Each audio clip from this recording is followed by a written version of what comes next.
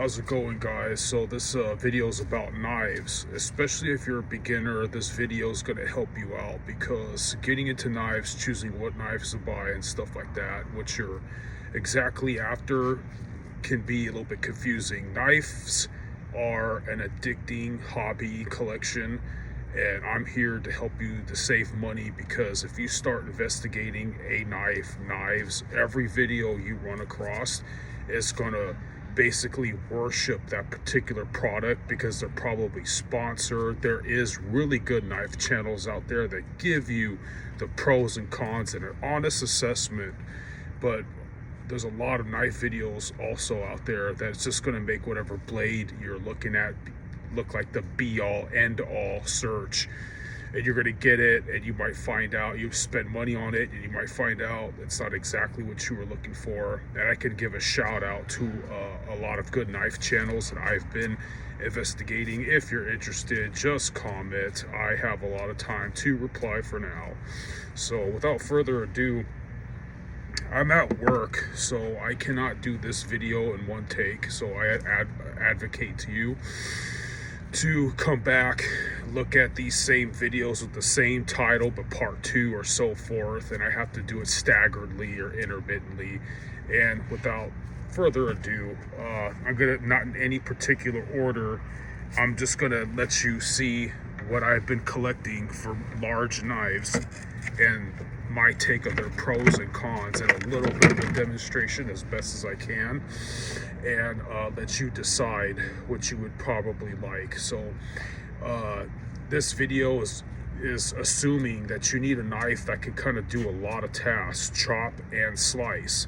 Slicing as in getting your tinder for fires, or carving spears or traps or other kind of bushcraft activities, and of course chopping to get the wood down off the tree or from the floor or whatever in the first place. Now this video is not going to tell you what's the best kind of wood or whatever, and I have some pre-chopped wood. I wish I was hacking at some dead trees or whatever, but it's going to be okay. We're morely talking about batoning, and I'll show you some chopping. But first on the list anyways is the K-Bar Combat Kukri. What I like about this knife is I love this sheath. Okay, it has 2 snapping points, as you can see. You could fit a compass in here, probably a small sharpening stone, but I wouldn't put a stone in here. The reason being is this is for something, if you want something that could chop, it could delimb really good. To me, this is a lightweight tracker. I had a Tops Tom Brown tracker, and I kind of ruined it. I didn't get the angle down to sharpen it right, so which leads me to say some cons about this knife. I don't suck at sharpening. I sharpen plenty of blades very well, and this one has been very hard to sharpen. I don't know, because of the shape. I've googled that it is hard to sharpen. It is hard to resharpen or whatever. It does come sharp though, and it's still a good chopper. I have gotten it sharp enough that it can operate, especially as a chopper. If you baton your wood into adequate pieces, and you slice off the very pointed edges, you get the point. I don't know if that makes sense, and it's hard to get a demonstration, but you can carve with this. I mean, it's not as sharp as when I got it, and I've been working for hours to sharpen this. But another discrepancy I have with this is they call it a Combat Kukri. Okay, this is decently sharp. This is a really good chopper in my opinion for the weight. It's a stick tang, yes, but if I'm getting ahead of you, and if you're a beginner, basically what I'm trying to say is I better slow down. Pardon me.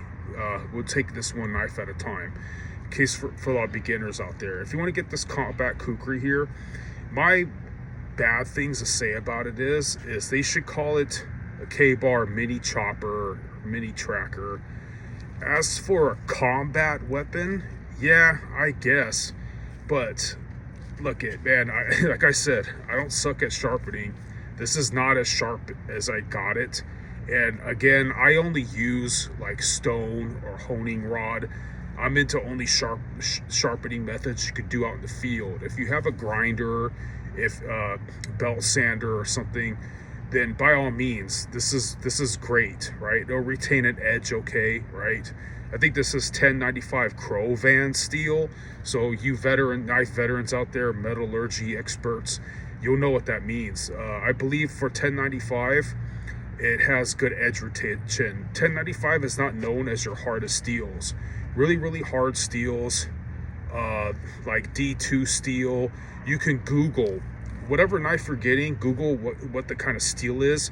A soft steel is easy to sharpen, but it loses its edge faster.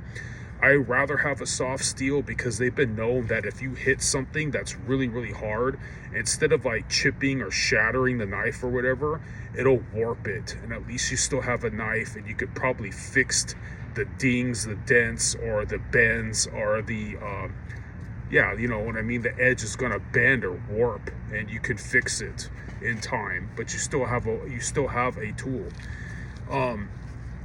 This kind of handle, you'll never have to worry about tightening a handle or replacing a handle, but it is a stick tang. It's not a full tang like this knife would be that you could see going all through here. You could Google what a full tang is if you don't know what I mean. But what I like about this knife the most is for how light it is. Again, you can fit things in here that you want. I put a compass in there. For how light this is, it's a good delimber. Like, you got a stick, I'm trying to make a spear, and the stick has other sticks growing out of it. Take the little sticks out. For